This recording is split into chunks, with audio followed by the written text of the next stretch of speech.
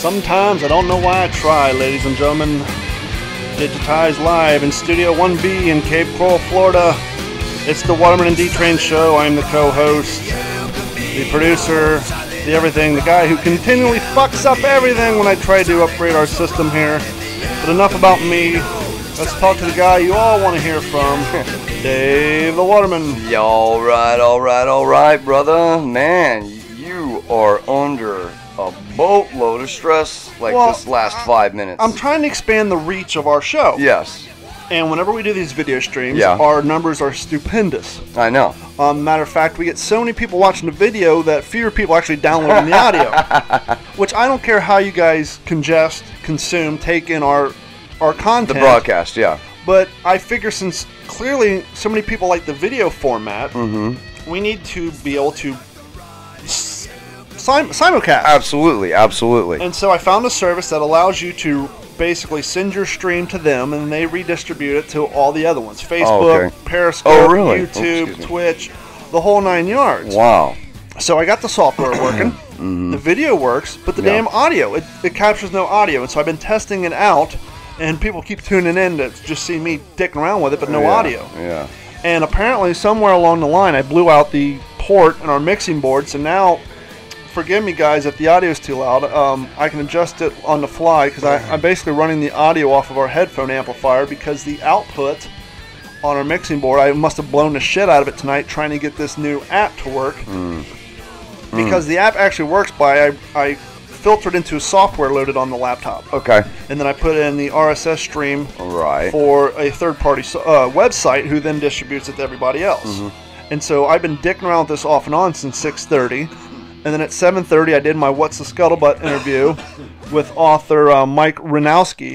He wrote a book called Harley Tracks Across Vietnam to the Wall. Very cool. Because he was stationed over in Vietnam, presently not stationed as a military, but stationed for work because he builds golf courses. Right. And so I quickly got that interview out of the way, and then I tried to get back to getting this simulcasting ready for the video stream. Right. And I just cannot get the audio to work. I've been teasing people inadvertently all night. My brother called me like, what the hell, dude? You keep putting up these videos with no audio. But anyhow, here we are. We're back. We'll dick with it. I'll try to get it working this week. Clearly, I need to get a new mixing board. I need a better one anyhow. Yeah. Hopefully, Santa Claus will bring us one, or maybe we'll get one coming up in January. Yeah, absolutely. Maybe for the new year. And a nice monitor for those of you tuning in, give me a heads up. Let me know if the audio is too loud, not loud enough. I can adjust it on the fly. Usually it's running out of the board, but like I said, I think I fucking blew out the port. Yeah. So now it's running off of my headphone amp. But that's neither here nor there. What's up with you, Dave? Brother From another I'm here, man. Hey, Gabby. What's up, girl? Oh, Gabby's on? Yeah, she's watching. Hey, what's up, Gabby? I gotta come down, man. If you still work at the taco joint, man, I'd love to come down. Oh, there you are trying to get free tacos off somebody. I'm not trying to get free tacos, D-Train. I'm just saying I'd like to come down and see her and have some tacos. More it stays the same. Oh, come on, man. You know I'm doing good. You guys are doing good. You're doing good. I'm coming down for some moose soup. Yeah. But anyways, I'm doing good. You know, the trailer thing. What an amazing event. What trailer thing of which are you speaking of? Okay. For those of you that might just follow us here on the Waterman D-Train Show, 96K Rock held a Beasley bike drive Friday. Well, the name would imply that all the Beasley stations did and not just 96K Rock. Exactly. That's what I said, a Beasley bike drive. And it basically started at 6 a.m. Friday morning at the Estero Walmart parking lot, went all the way into Friday? 6 a.m. till 6 p.m. on Friday. And let me tell you, unbelievable, man. Unbelievable the amount of bikes. What did I say? Let me tell you has become your new crutch word. I got a new one called let me tell you. I've gotten you to successfully lay off the I'm stoked. But this is the third episode in a row you started the show off with, let me tell you. All right. So let's rewind. Okay. No more shots. All right. I won't shoot you if you don't say your crunch word. No more shots unless it's something good. Anyways. So let me tell you. Preferably by a doctor. But anyways, so it was an amazing turnout. I think we ended up at the BZ Bike Drive, all the stations chipped in, and we raised, I think the final count now is at 1,021 bikes, plus toys for Toys for Tots and the United States Marine Corps. Now these guys show up, well, the one lady showed up, I think you saw her, and her jaw hit the ground because she didn't know what she was going to do with all that stuff, you know. But it was unbelievable, the amount from, you know, hey, I want to give a big shout out to my sheriffs in Charlotte County Sheriff's Department, the Naples Sheriff's Department, Lee County Sheriff's Department, Hendry County Sheriff's Department, South Sarasota Sheriff's Department. All these people drove down. They took their time to load these bikes that they had collected up there and brought them down to us. And amazing, amazing, amazing event. I think it's the biggest on record. I don't think I've ever seen a bike drive like this before. And I was just very happy with the results. Now, leading up to that was a complete debacle starting on Tuesday, staying in the trailer. Okay. And me and you talked about it a little bit, and you got to witness a few things. You learn a lot. Now, I've been on the streets, and you see things. Mm-hmm. But I did not realize that this box chain parking lot had a major camp out overnight stay. Now, I knew people... Well, that's their policy, is if you are in their parking lot, they're never closed for starters. Exactly. And so they allow people to crash in their parking lot. Exactly. Well, I heard from one of the managers on Tuesday, they said, no, people aren't allowed to. Urban legend? Or do they just not enforce it? I don't think they enforce it. Or maybe you have to be inside of an automobile. Possibly, but there were people in vans. Like, there's a guy. Prime example, first night, Tuesday, I'm there, hanging out. Next thing you know, I hear...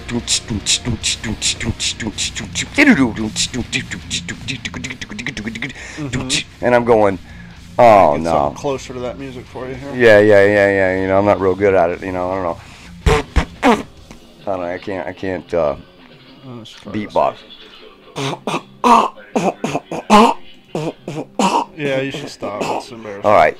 Shut up, man. I'm just saying. It's not that embarrassing, man. I just got to get the groove on.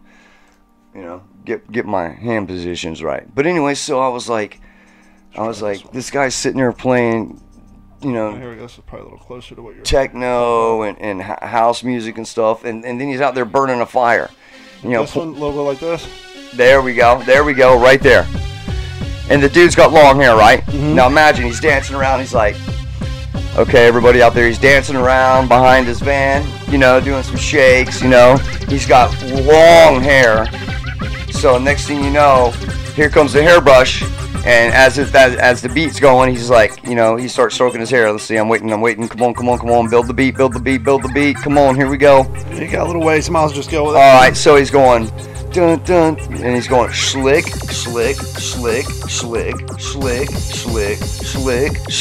and I'm going, what is up with this dude, you know? I mean, this guy's wide open, man. I was laughing. Well, then it was about 5:30. Boom! I heard a boom. I was like, what was that? And I look out the window.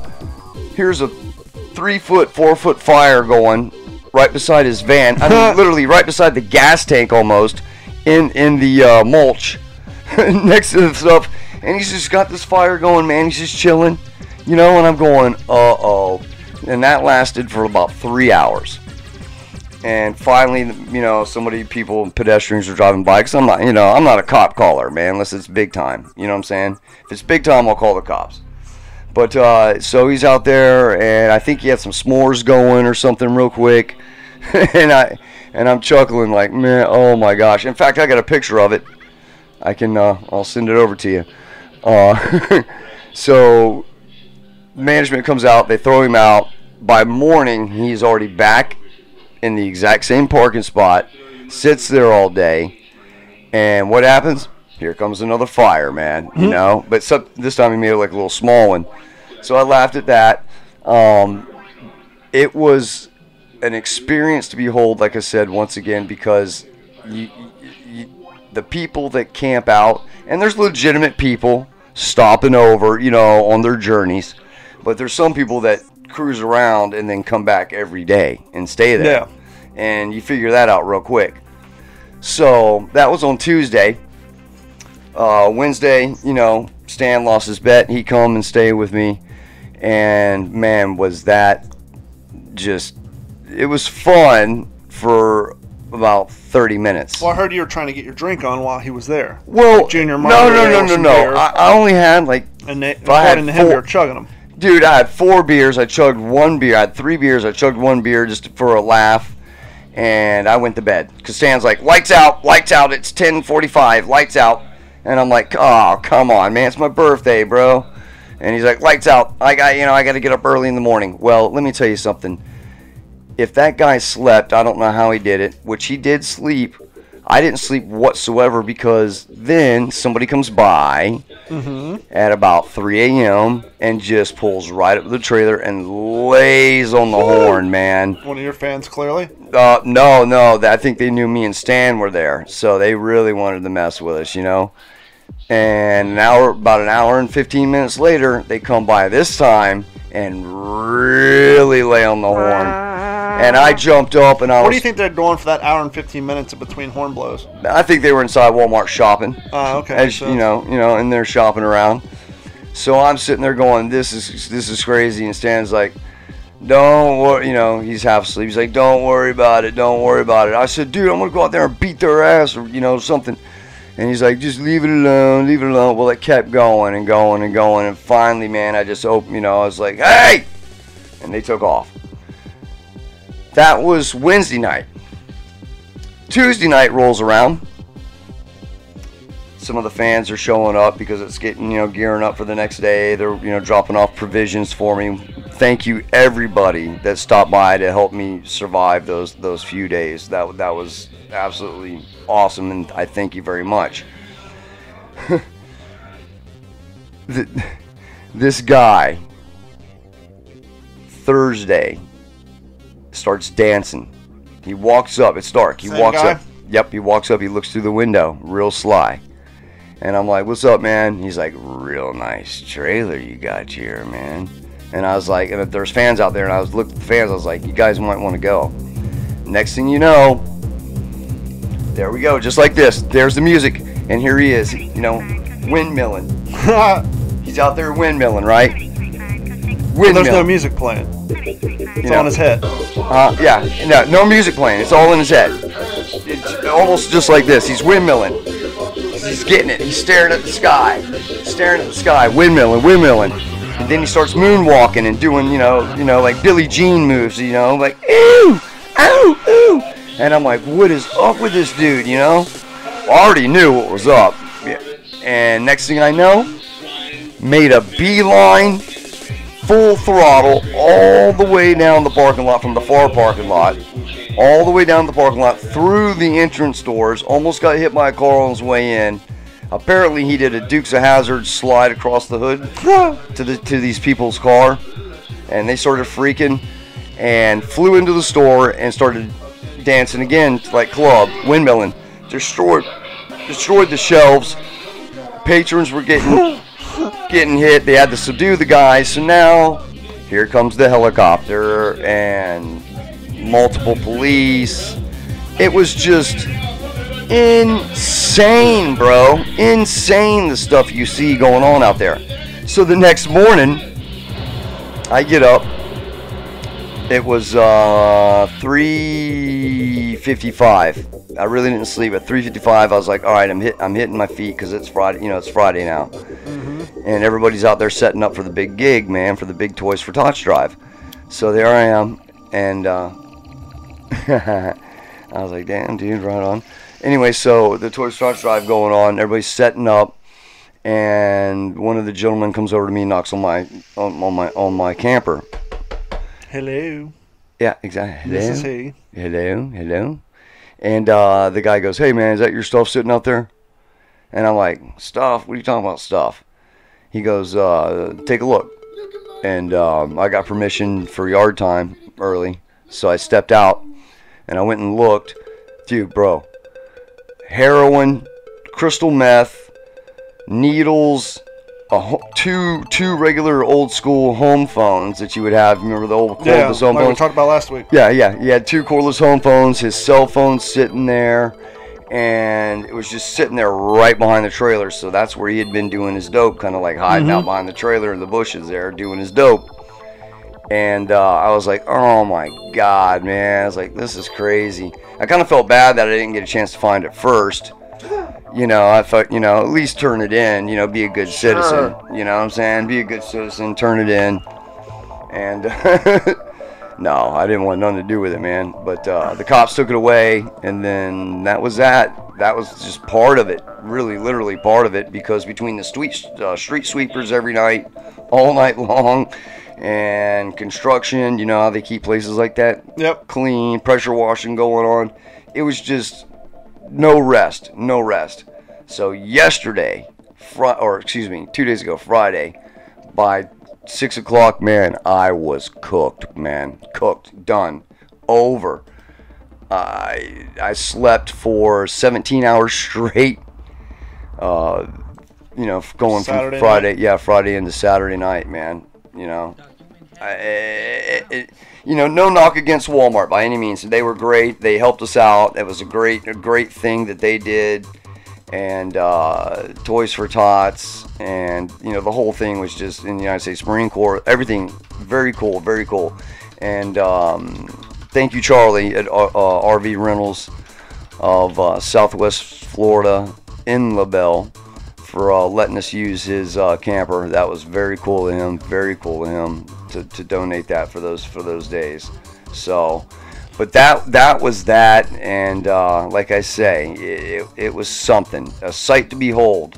You ever really want to see something crazy? You camp out in one of those parking lots. There you go. All right. I'm going to toss the phone number out real quick. I want to play a game later on tonight. Yeah. If somebody calls in, give us a call if you want to play a game, possibly win something. 727-218-7731. That's 727-218-7731. While I'm waiting to see if anybody actually calls, we'll move on with the show. Okay. When's the last time you bought a dog? Wherever you ever bought a dog? I've always adopted. Now, I know there's been an attack on the puppy mills lately, and that is what it is. I'm not saying it's a good thing or a bad thing, but it's been about 12 years since I have purchased a hound. And I was out at some pet stores, not really looking to purchase, but more just playing with animals. Yeah. And I have an old beagle, and I was at one pet store, and they had this really cute beagle. And I was like, well, how much is that beagle? Yeah. Just give me a number. What do you think a beagle goes for in 2018? A beagle in 2018. Nothing special, just a run-of-the-mill beagle. $450. $3,200. What? 32. And I thought, well, maybe he misspoke. So I asked another employee, how much for the beagle? $3,200. Double what?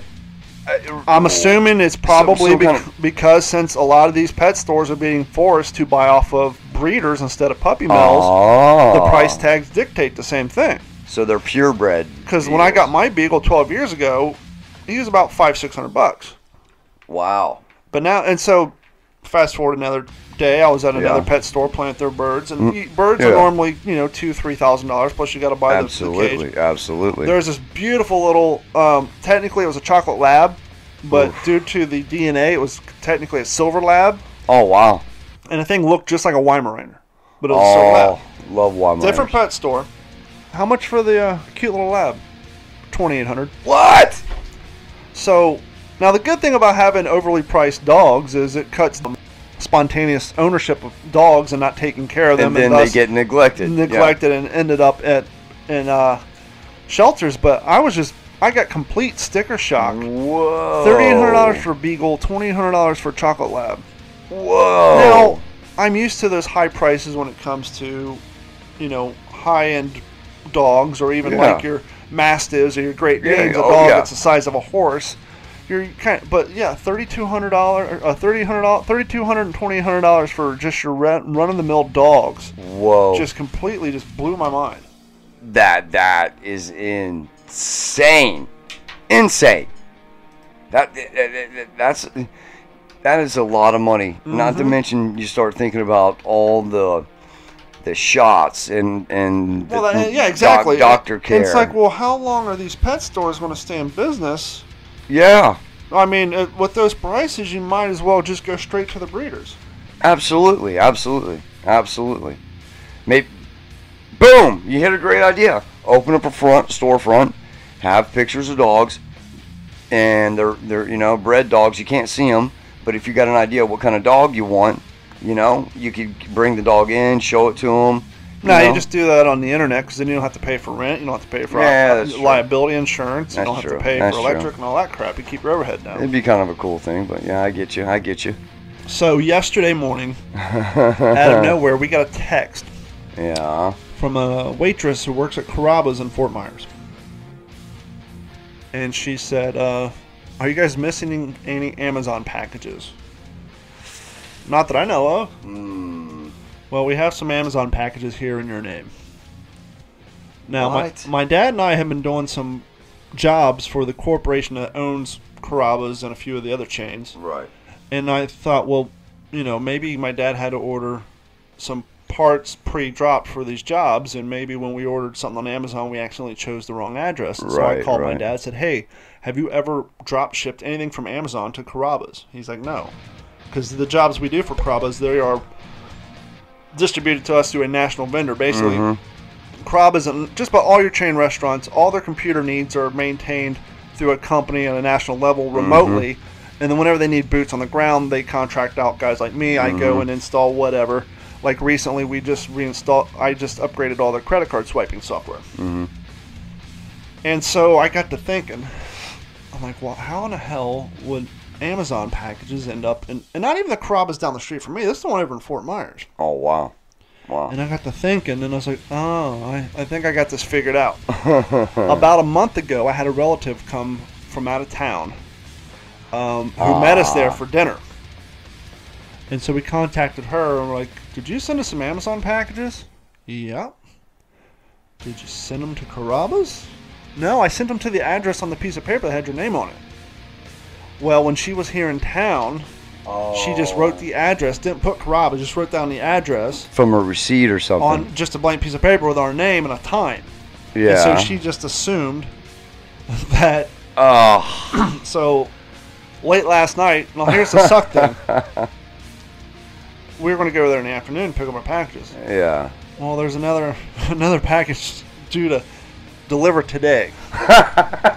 Sorry. And so we drove around town. We went out and ate somewhere else. Yeah. Not Carrabba's, but went out and ate somewhere else. And then walked around some antique stores and to the pet store, and that's when we found out the $2,800 dog. And we kept checking the Amazon delivery schedule, and it just kept saying out for delivery, out for delivery. Now, I know whenever Act Computers orders parts, sometimes we don't get our shit until 8 o'clock, 9 o'clock at night. Right, yeah. So finally we went over there, and I walked in, and I asked for the young lady who sent us the message, because, I mean, Carrabba's was cool enough to continue to accept packages that weren't clearly theirs. And two, one of their employees went on Facebook and found us. Oh, really? Yeah, and tracked us down that way.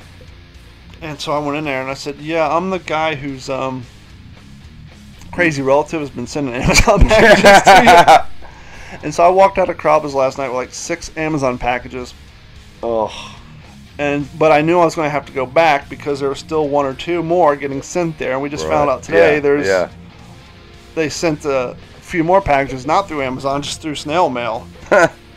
And so today I'm watching TV, just relaxing before getting started on all this podcast nonsense. And that company calls me up. Hey, we got a client whose printer's not working at the bar. Can you go over there tomorrow morning? Sure, who is it? Carrabba's in Fort Myers. I'm thinking, well, sweet, now I don't have to drive over there to go get my shit. I'm going to get paid to go over there. I'll do the job, and then before I finish, oh, by the way, can I get the rest of my mail out of your office? Yeah. But it's like, how crazy is that you have to go to a fine Italian restaurant to pick up your mail? I mean, that's the shit that only happens to me. You know what, brother? That does happen to you, man. I don't know why. But mad props to their management for just Well, at least instead of returning it to sender, they just accepted it and said, well, I think what happened initially, because one of the boxes was opened, I think it just came in a bundle. They cut it open, realized, hey, this is a pre-wrapped present. Looked at the name tag and saw the name, then went through the rest of them, saw the other ones. But yeah, so apparently I think 1 or 2 more got delivered there yesterday, and probably something today. All right, well. But yeah. Wow, dude. So that's that. Man, that's almost, that's scary in a way, because you kind of sometimes, like when you're telling me the story here right now, I'm thinking, what's to say that these guys didn't crack the box open? Let's say you got your wife something nice to wear in the evenings or whatever, or whatever it is, that's the invasion of privacy sort of thing, Well, more nefarious than that, I thought, before I figured it out, I was like, well, what's the possibility that an employee there got a hold of information, buying shit for themselves, and mailing it to there, so that it's not being tracked back to their house. Right. But I thought that in itself would be pretty risky, because obviously it's going to go to the manager's office, and you would have to sneak in there. But then I got the thing of like, well, how will this happen? And then I realized, oh yeah, we were there like 2 months ago. And so the cool thing is we figured it out before we reached out to that relative and to verify the story. But yeah, it was kind of cool. We did a little amateur investigating on our own, just not even physically, just through our mind, and figured the whole scenario out. And it's just funny that that's what happened. Wow. You know what? I want to get this out of the way. Let's do it, man, because I got to go ahead. I'm going to do this week's half-ass review. What do we got? The item's not in here because it's too fucking big. Now, for the last 5 or 6 months, I've been coming after Dave because I need a pressure washer. Oh, yes. My fence has been turning green, and now that my neighbor got the exact same fence butted up to mine, his looks like a nice set of clean teeth and next to my cracked teeth, and so I needed to pressure wash my fence. Well, my father is in the middle of trying to sell his home. And he's going to buy a home that's going to need some work. And he knew he needed to pressure wash his lanai, his driveway, and the pool frame, the pool cage. Because if you don't pressure wash your pool cage occasionally, at least once a year, you got to maintain it, man. It gets funky and gets green. And so he started looking around and seeing what the daily rental price was for a high-end 3,000 PSI pressure washer. Okay. And they're roughly about $75-80 a day. Yeah. So he knew he's going to have to give it at least twice. So that's $200 round up. He knew that I was looking for one.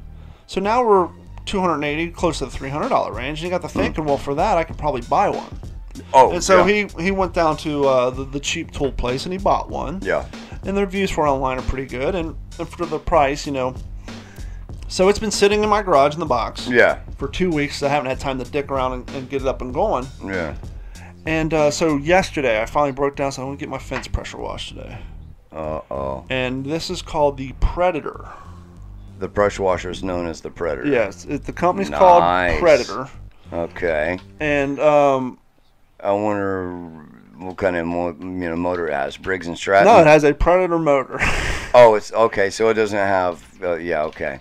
Well, come to find out that the Predator pressure washer is actually a brand of the store that owns it. i.e. Harbor Freight and Tool. Now, we just did a review on the Bauer drill that I got there. We did. And I've gotten, yes, we did. I've gotten other tools there.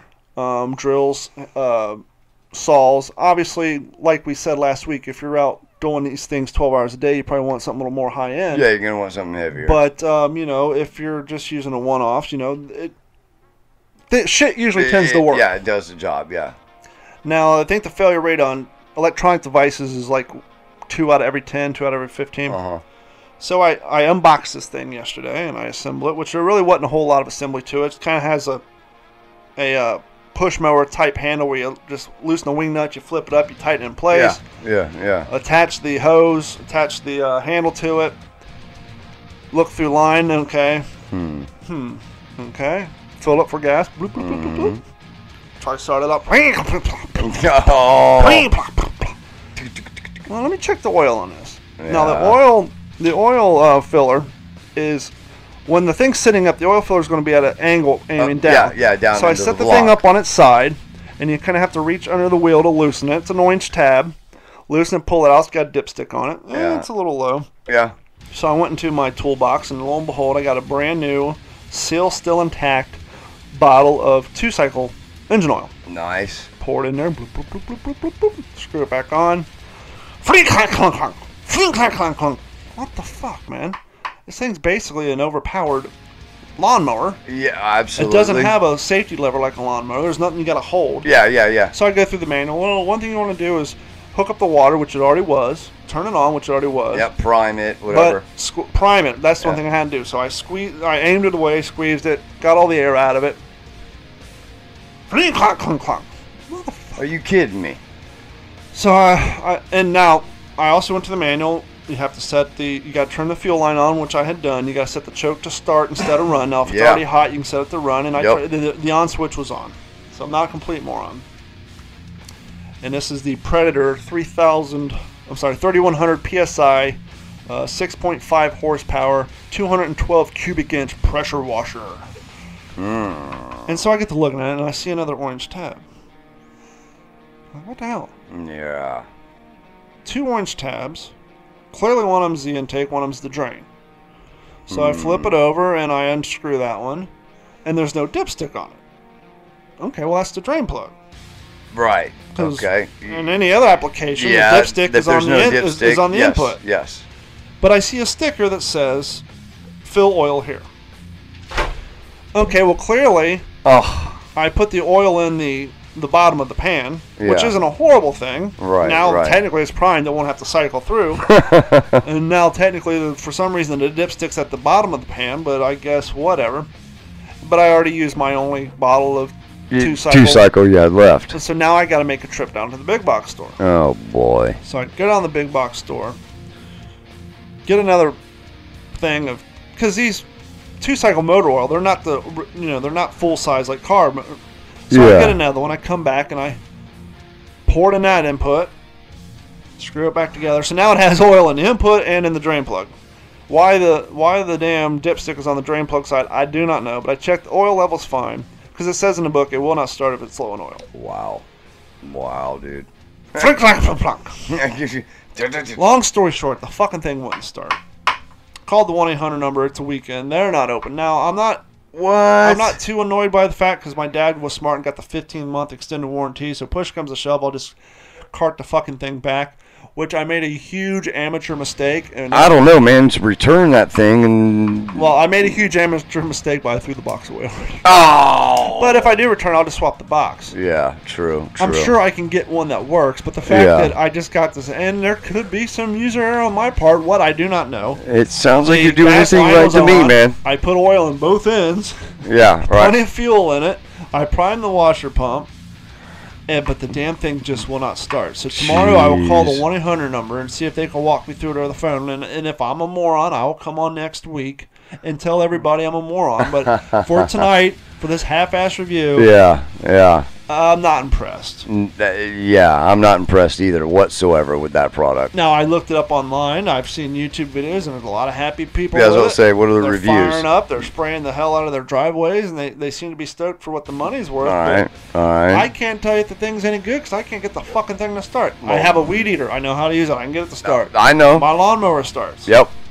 I had a generator here. Yep. It's a pull string. Starts. Oh, and that's the other thing. In the manual, it says, before you try to fire it up, slowly pull the string twice so that it feeds fuel into the carburetor. Yeah. And then it says to pull the string slowly until you get to the stopping point where the starter catches, and then yank it.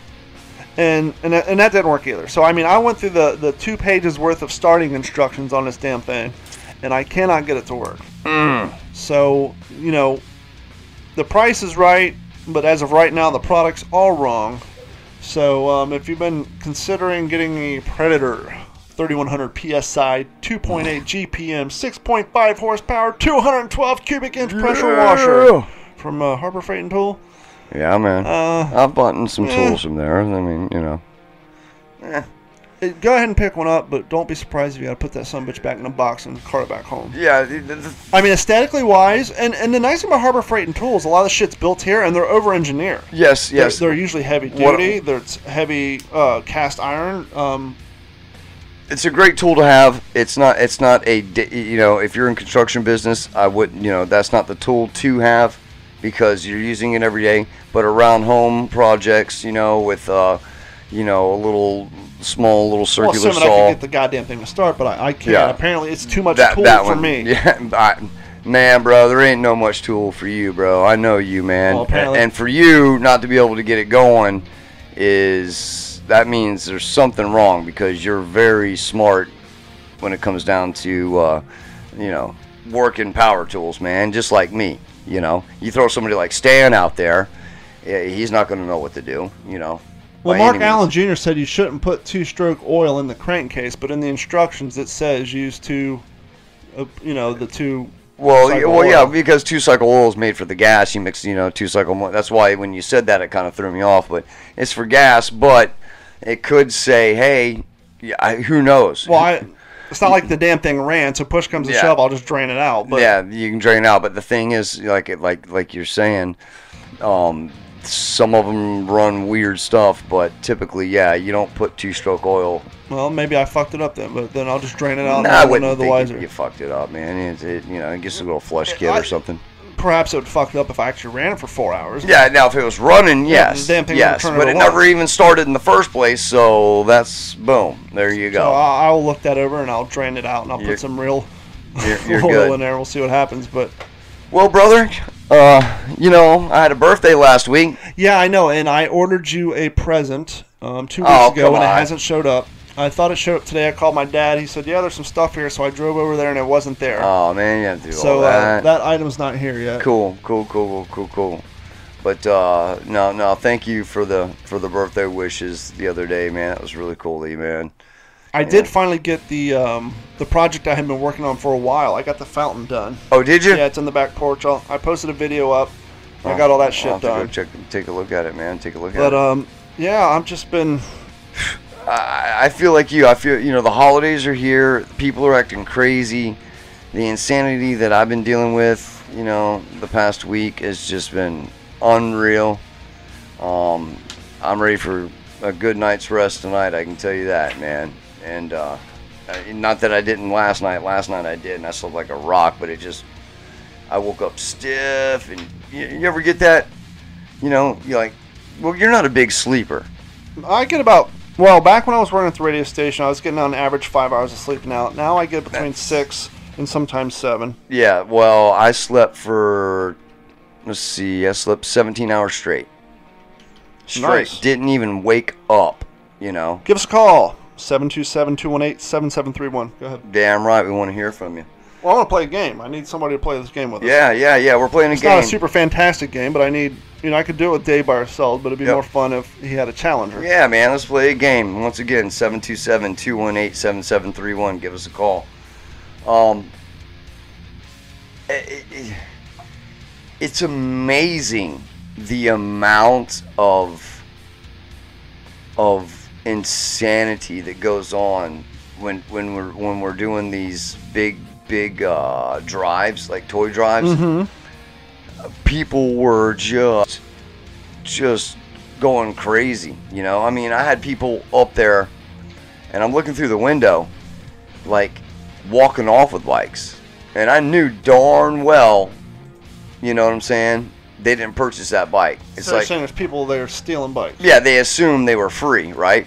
But they got caught because I yelled at the couple guys. I was like, "Yo, man!" I was like, "What are you doing?" Yeah, right. You know, they're like, "Oh, dude, these are free, right?" You just walk up and grab. I was like, "No, these are for Toys for Tots, guys. People you know, fucking stupid. Get out of here, you know."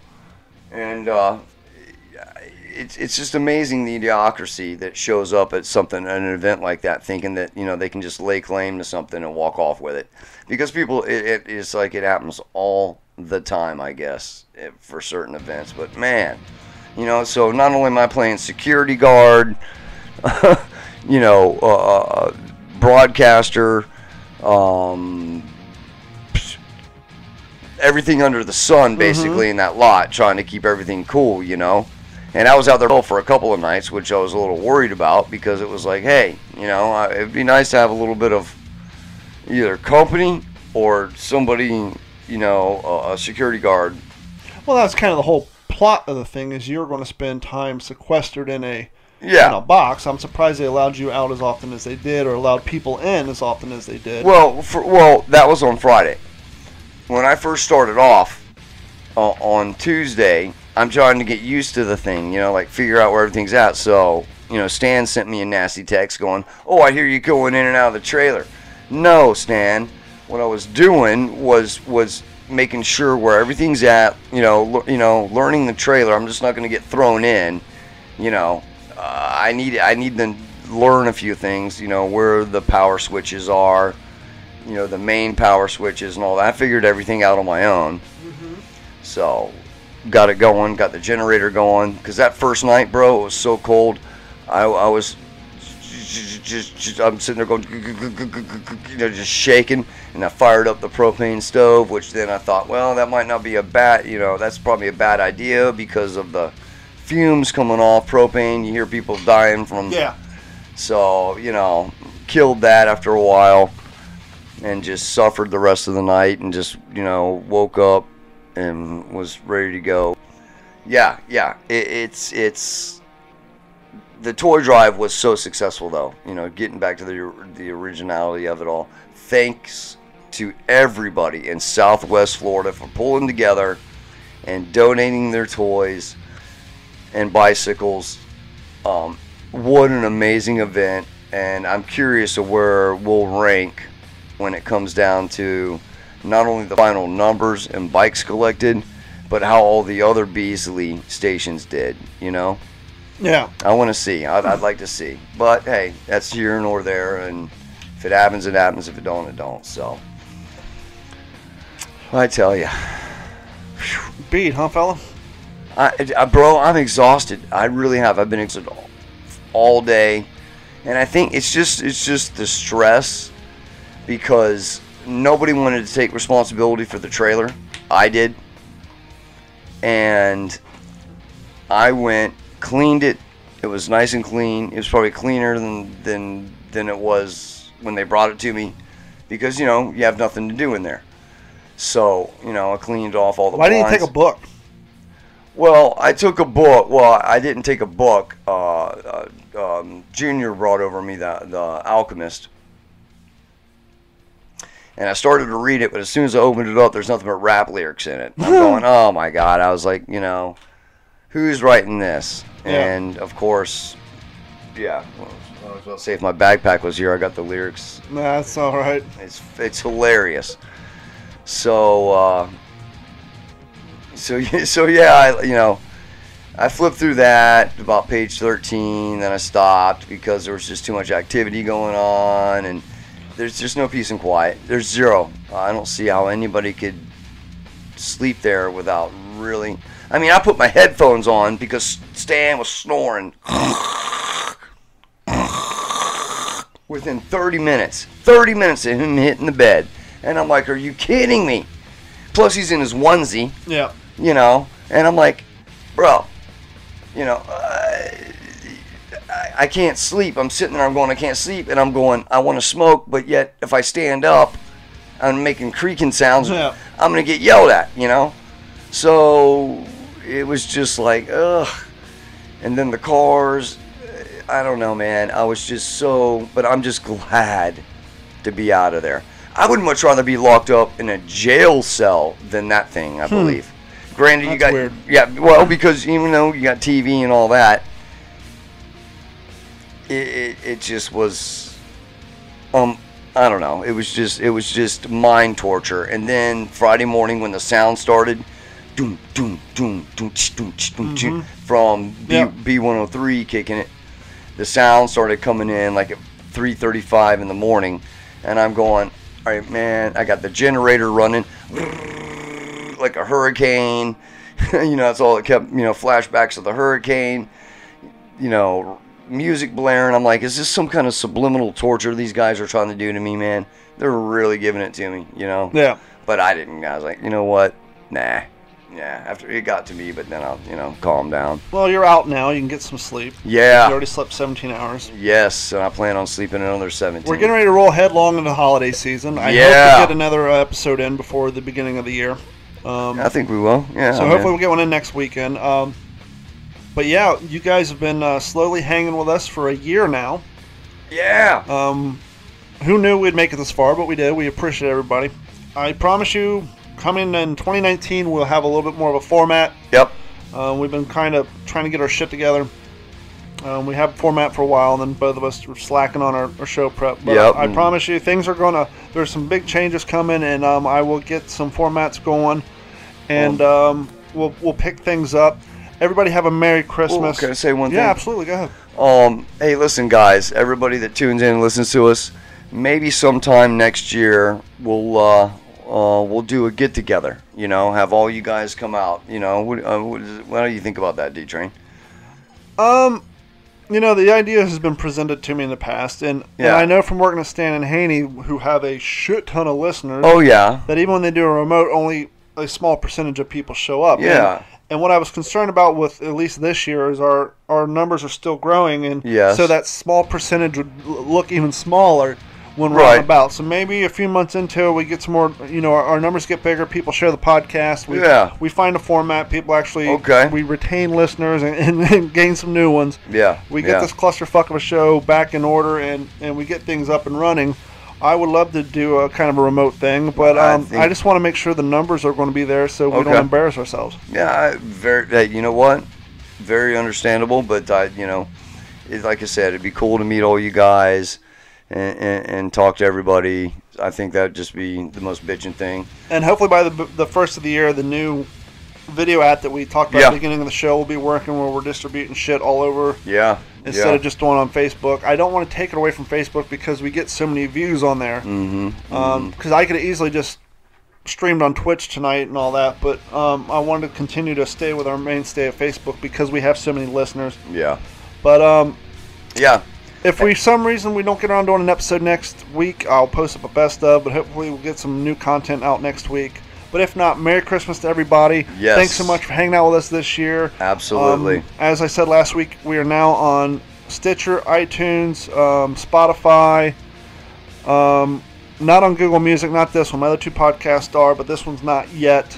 And this one, starting this week, we are now on iHeartMedia's podcast software as well. Beautiful. So thanks for everybody for your continued support. Happy holidays. And it's getting late. We got a late start because I was dicking around with this video shit. But thanks everybody for everything, and hopefully you found something positive that I said or we said during this podcast. Absolutely. Chase your dreams, go out and do your thing. Just get it done, because one day you may wake up dead. And real quick, if you want to send me a message, I'm on Instagram at Dave-the-Waterman.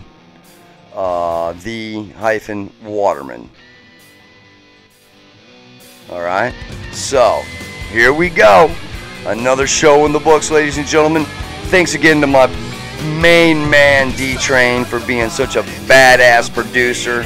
This guy has taken us to another level, and he's just going to keep bringing us up. Clearly not. I failed on bringing us to another level. Nah, you're making it.